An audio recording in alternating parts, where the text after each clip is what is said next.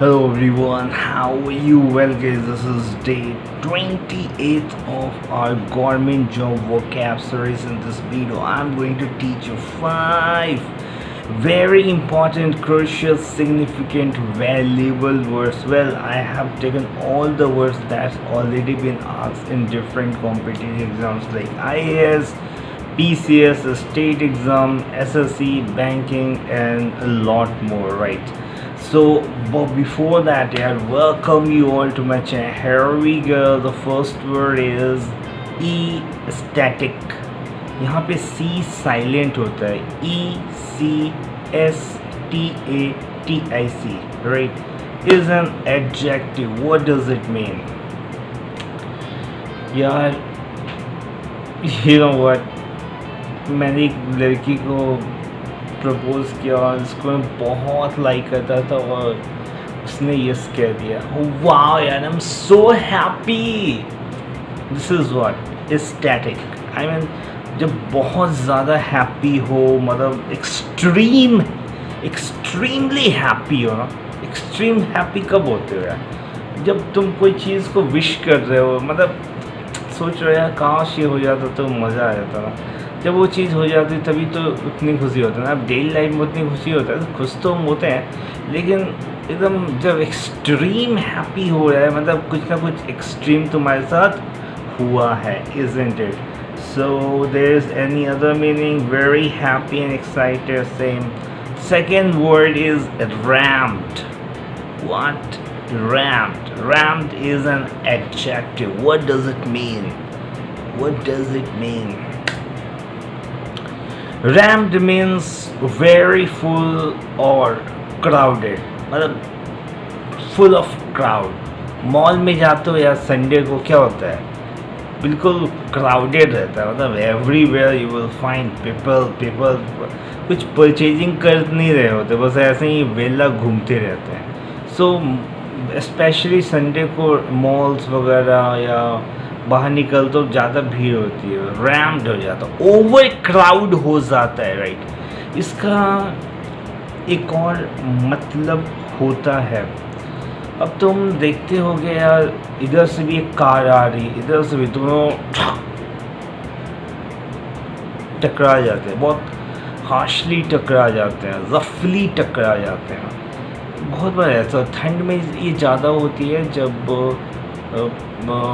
कहीं देखो तुम कोई पोल से कार रैम्ड हो गई है या कोई ट्रक ने एक कार वाले को रैम्ड कर दिया है, तो this is what rumped, right? I hope you got it. Third word is pastor. What does it mean? pastor SSC का फेवरेट वर्ड है. PASTOR. What does it mean? pastor. यार मंदिर में क्या होते हैं? मंदिर में गॉड होते हैं, नो डाउट गॉड तो होते ही हैं. इसके अलावा क्या होते हैं? मंदिर में पुजारी होते हैं. मस्जिद में क्या होते हैं? मस्जिद में मौलवी होते हैं. उसी तरह गुरु बंगला साहिब अगर तुम गए, वो क्या होता है? तो गुरु वहाँ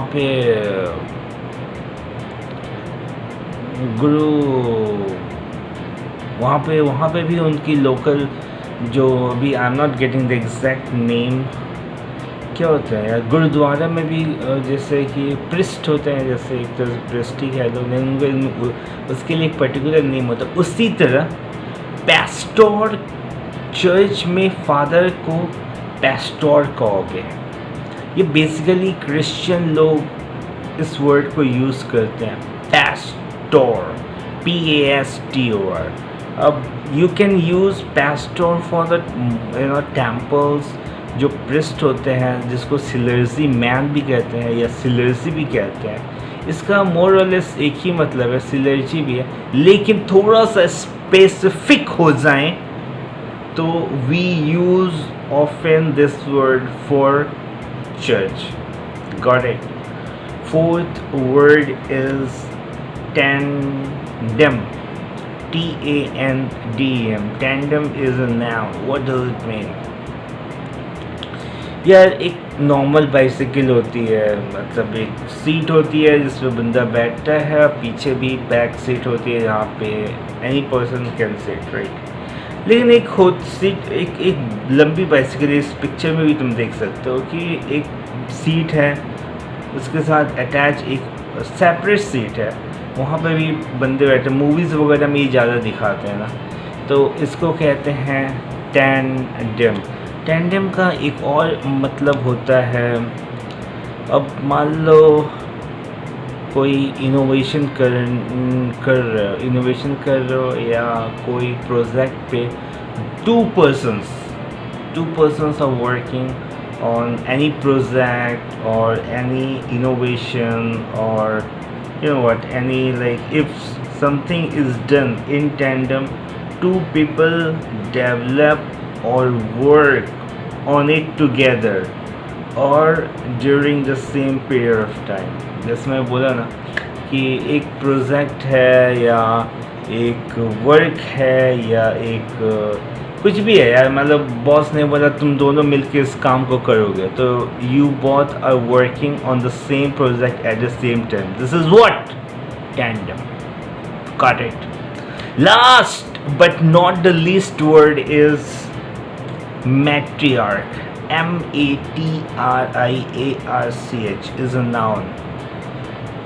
matriarch is यार एक घर में यूजुअली इंडियन के घर में मेल डोमिनेट करते हैं, मतलब मोस्टली जो डिसीजंस होते हैं ना मेल ही लेते हैं, जिसको हम फादर कहते हैं। लेकिन ऐसा नहीं है, हर फैमिली में ऐसा नहीं होता है, मतलब कुछ फैमिलीज़ में फीमेल डोमिनेट करते हैं। फीमेल डोमिनेट करती हैं मतलब फीमेल्स डिसीजन लेते हैं, फीमेल्स डोमिनेट होते हैं, मतलब कि females are the primarily take decision as far as any big decisions are concern, right. तो जहाँ पे फीमेल डोमिनेट कर रहे हैं इन द मीन्स, जैसे our society is a male dominating society, right.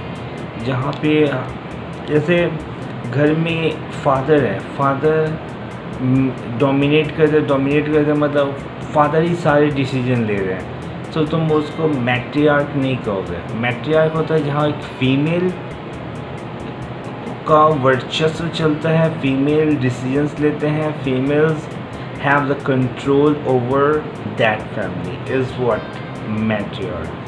ये होता है। जैसे अगर मैं अपने घर की बात बताऊँ तो मेरी मम्मी ज़्यादातर डिसीजंस लेते हैं as compare to my father, क्योंकि थोड़ा सा मेरे फादर बिजी भी रहते हैं, तो बहुत टाइम मेरी मम्मी डिसीजन लेती है। अब कोई बहुत ज़्यादा बड़ा इशू हो तो ठीक है, दोनों का इन्वॉल्वमेंट होता है, लेकिन ज़्यादातर मेरे घर में मैट्रियार्की है, मतलब मम्मी ही ज़्यादा डोमिनेट करती है और मम्मी ही ज़्यादा डिसीजंस लेते हैं, right. So my home is self a good example of मैट्रियार्क।